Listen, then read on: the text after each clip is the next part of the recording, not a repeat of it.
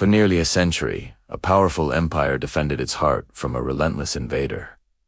The Ashanti, masters of gold, trade, and warfare. Their soul was not a king, but a throne that never touched the earth. The Golden Stool said to hold the very spirit of the Ashanti nation. In March 1900, British Governor Frederick Hodgson made an unthinkable demand. To the gathered Ashanti chiefs, he declared, "Where is the Golden Stool? Why am I not sitting on it at this moment?" It was the ultimate insult. A demand for surrender, a demand for their soul. The chiefs were stunned into silence, some contemplating submission. The British had already exiled their king, Prempa. All seemed lost, but one person refused to be stunned. Yaa Asantewaa, the Queen Mother. She rose to her feet, and her voice, sharp with scorn, shattered the silence. "Now I see that some of you fear to go forward to fight for our king. If you, the men of Ashanti, will not go forward, then we, the women, will. I shall call upon my fellow women. We will fight. We will fight till the last of us falls on the battlefield." With those words, she ignited a war, the final Ashanti War. Not led by a king, but by a Queen Mother in her 60s. This is the story of the War of Resistance of 1900.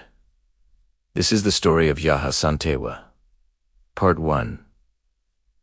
The lioness roars. The die was cast. Yaa Asantewaa was now the supreme commander of the Ashanti forces. At 60 years old, she was not just an inspiration. She was a brilliant military strategist. The British expected a swift, decisive battle in the open, where their superior firepower with Maxim guns and rifles would crush the Ashanti warriors. But Yaa Asantewaa knew this was a losing game. She wasn't going to play by their rules. Her plan was far more cunning, far more devastating. Instead of a frontal assault, she chose a siege. The target.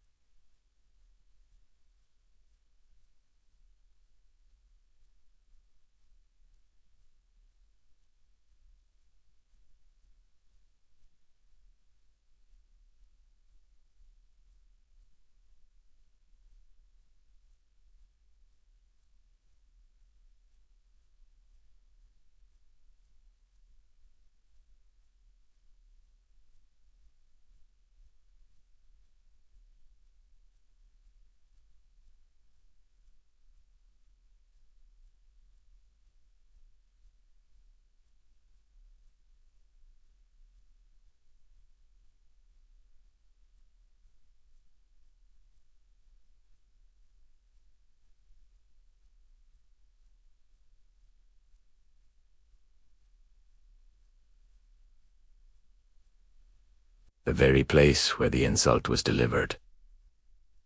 Kumasi Fort Governor Hodgson, his wife, a handful of officials, and a few hundred soldiers and civilians were now trapped inside its walls. The hunter had become the hunter. Yaa Asantewaa's first move was to sever all communication. Her warriors, masters of the dense rainforest, moved like ghosts.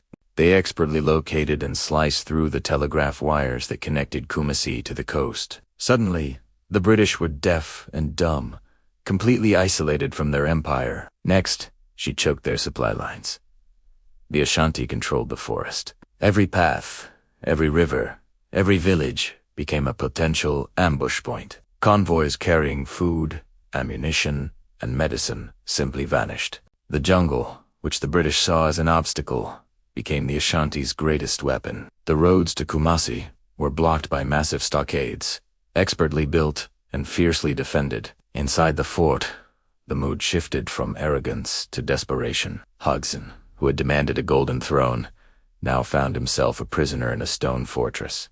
The psychological pressure was immense. Day and night, the sounds of the Ashanti army echoed around the fort. The rhythmic drumming, the war horns, the defiant chansit, was a constant reminder that they were surrounded by the very nation whose soul they had tried to steal. The air grew thick with tension and the stench of dwindling supplies. Disease began to spread.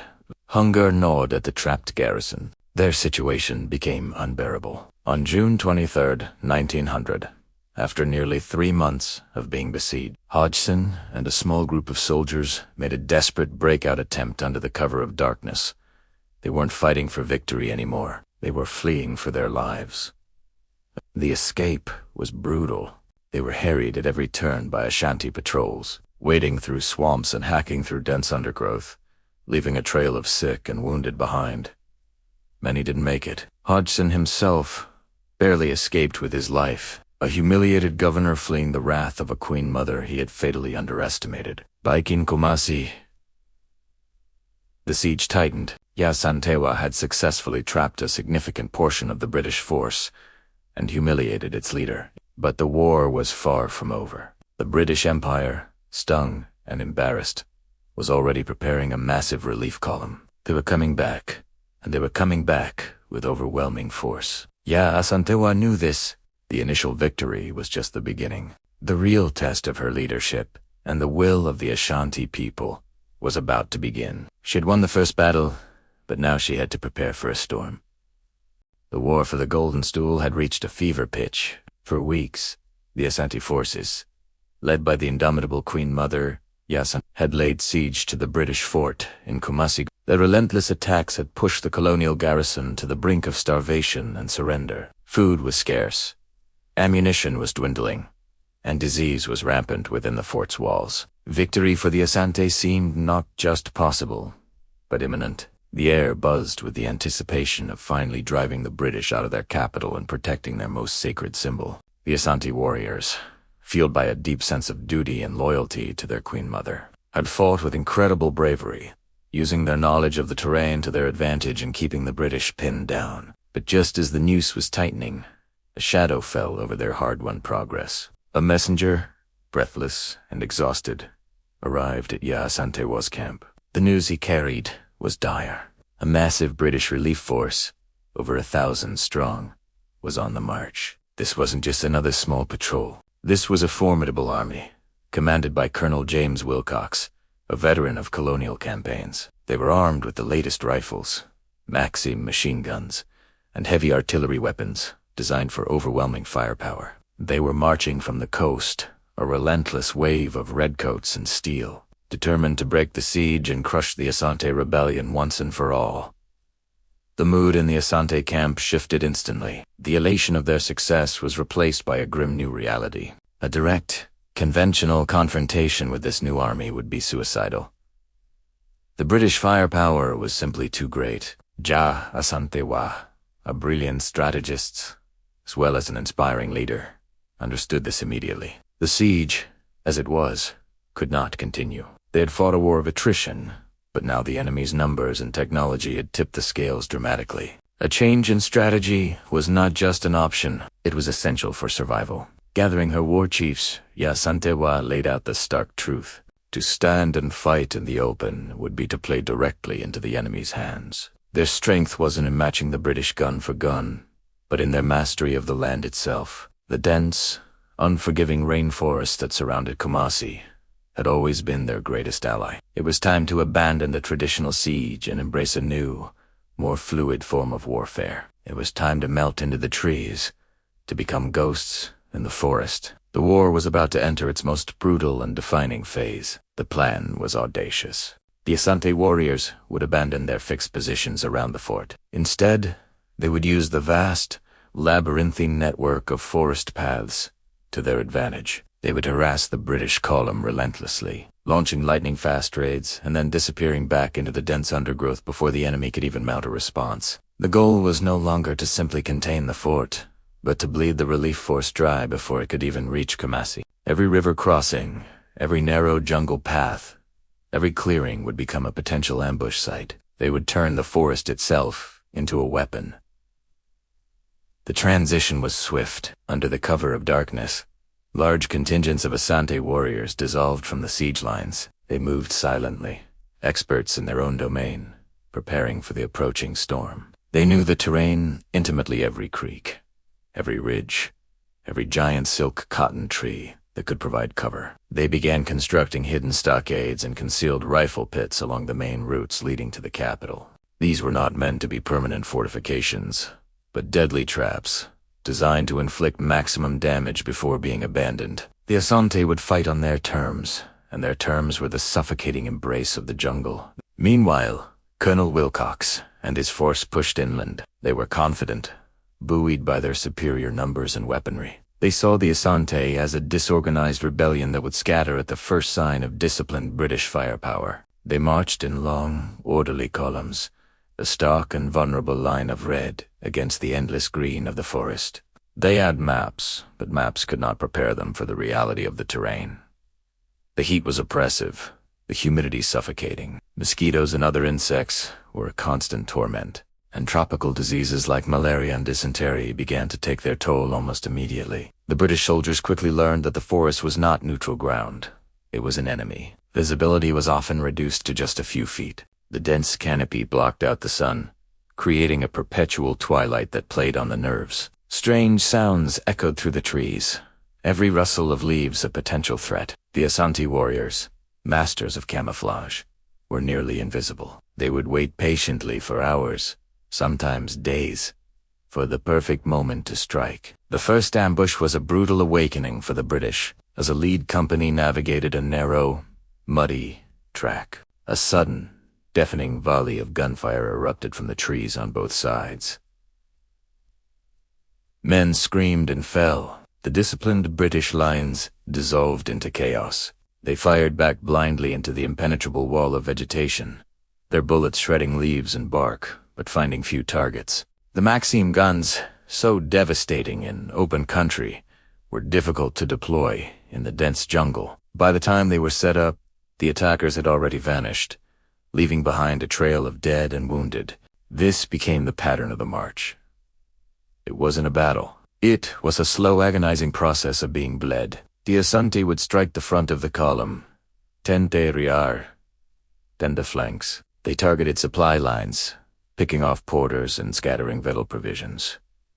British morale began to plummet. The soldiers were fighting an unseen enemy, a phantom army that seemed to be everywhere and nowhere at once. The forest itself felt alive and hostile, its shadows filled with expert marksmen. Yaa Asantewa's strategy was working. She was not just a commander. She was the spiritual heart of the resistance. Her presence, even if not on the front lines of every ambush, was a constant source of inspiration. Her orders were relayed through a network of runners, coordinating the attacks of different clans and war bands into a cohesive, deadly campaign. She understood that this was not just a military conflict, but a psychological one. By denying the British a decisive battle and subjecting them to constant nerve-wracking attacks, she was eroding their will to fight. The Asante warriors fought with a ferocity born of desperation and devotion. They were defending their homes, their culture, and their sacred Golden Stool. They used old-ordained guns packed with nails and scrap metal alongside more modern rifles they had captured or traded for. Their effectiveness came not from the quality of their weapons, but from their skill in using them in this environment. They were patient, disciplined, and utterly ruthless. They knew that every British soldier they killed, every supply crate they destroyed, brought them one step closer to saving their kingdom. Colonel Wilcox, a seasoned and stubborn commander, was forced to adapt. He ordered his men to advance in hollow squares, a classic anti-ambush formation. They sent out scouts and skirmishers in wider perimeters to try and flush out the Asante fighters. They began to use their artillery to shell suspected enemy positions, blindly blasting chunks out of the forest in the hope of hitting something. The advance slowed to a crawl. Every mile gained was paid for in blood and sweat. The forest war was a grinder, a brutal, close-quarters struggle for survival where the traditional rules of European warfare no longer applied. Despite their losses, the British column kept pushing forward, their sheer numbers and logistical support allowing them to absorb the punishment. But Yaa Asantewaa and her warriors had transformed the conflict. They had successfully stalled a superior force, inflicted heavy casualties, and demonstrated the incredible power of guerrilla warfare when combined with a deep knowledge of the land and an unbreakable spirit. The siege of Kumasi had ended, but a new, more desperate war had just begun. A war fought not in the open field, but in the green heart of the Asante kingdom, a war that would go down in history as the War of the Golden Stool. The forest had become the final battlefield. The drums of war fell silent replaced by the crackle of British rifles. The fierce resistance of the Ashanti, a fire kindled by Yaa Asantewaa, had held back an empire. For months, they had fought with a courage that stunned their invaders. But courage alone could not stop the tide. Superior weaponry, relentless reinforcements, and the grinding attrition of siege warfare began to take their toll. The British lines, once pushed back, now tightened like a noose around Kumasi. The turning point was not a climactic battle, but a heartbreaking decision. Yaa Asantewaa, the Queen Mother, the spirit of the rebellion, saw the writing on the wall. Her warriors were falling, her people were starving. To continue the fight meant annihilation, so she made the ultimate sacrifice. She wasn't captured in the heat of combat, sword in hand. Instead, she surrendered, a calculated move to protect the lives of her remaining chiefs and her people. The lioness was caged, not to save herself, but to save her pride. The British had their prize. Yaa Asantewaa, along with her key advisors, was exiled, sent thousands of miles away to the Seychelles Islands, a remote prison in the Indian Ocean. It was a move designed to break the Ashanti spirit, to sever the head from the body of the resistance. With their leader gone, the Ashanti Confederacy was officially annexed into the Gold Coast colony in 1901. On paper, the empire had won. They had conquered the land, but they had failed in their primary objective. The Golden Stool, the entire reason for the war, was never found. Desikadwa Kofi, the very soul of the Ashanti nation, remained hidden. British soldiers tore through villages, interrogated chiefs, and offered massive rewards. But it was useless. The stool had vanished, spirited away by loyal guardians, its location a secret kept on pain of death. For the Ashanti, as long as the stool was safe, their spirit was unbroken. They had lost their territory, but not their identity. In exile, Yaa Asantewaa lived out her days, a queen without a kingdom, an ocean away from the people she fought for. She never saw her homeland again. She passed away in the Seychelles in 1921, her story seemingly ending in tragic defeat. But history has a funny way of writing its final chapters. The seeds of defiance she planted would bear fruit in ways she could never have imagined. The British ruled the Gold Coast, but they did so with a newfound, if grudging, respect for the Ashanti. The War of 1900 had taught them a costly lesson. This was a nation that would rather die than have its soul desecrated. That respect was the key. Years passed. The memory of the war faded, but the legend of Yaa Asantewaa grew. Then, in 1935, something remarkable happened. After decades in hiding, the Golden Stool was brought back into the open. The Ashanti monarchy was formally restored, albeit under British oversight, and for the first time, during a grand ceremonial, the British governor was officially invited to see the Golden Stool. Think about the profound symbolism of this moment. The very object the British had waged a bloody war to capture. The throne they demanded to sit on was now being presented to them. But the rules had changed. They were allowed to see it, to witness its power and its significance. But they were never, ever to touch it. They were guests, not conquerors. They could look, but they could not possess. In that moment, the Yaa Asantewaa sacrifice was vindicated. She had lost the battle, but her defiance had won the war for dignity. The British got the land, but the Ashanti kept their soul, and they made the empire acknowledge it. Today, Yaa Asantewaa is more than just a historical figure. She is a national hero in Ghana. Her name synonymous with courage. Schools and hospitals are named after her. Her story is taught to every child as a lesson in leadership and love for one's country. But her legacy extends far beyond Ghana's borders. She has become a global icon of anti-colonial resistance, a powerful symbol of female leadership in the face of impossible odds. She was a woman in her 60s, a grandmother, who stepped up when men hesitated. She didn't just lead an army. She embodied the will of her people.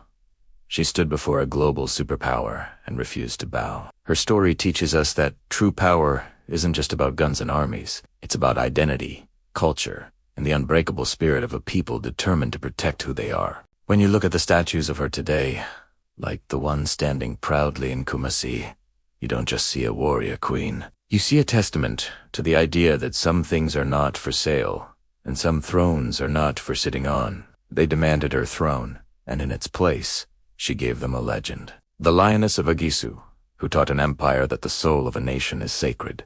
Thank you for joining us on this journey into the heart of Ashanti history. If her story moved you, please like this video and subscribe for more tales of incredible figures who changed the world. See you next time.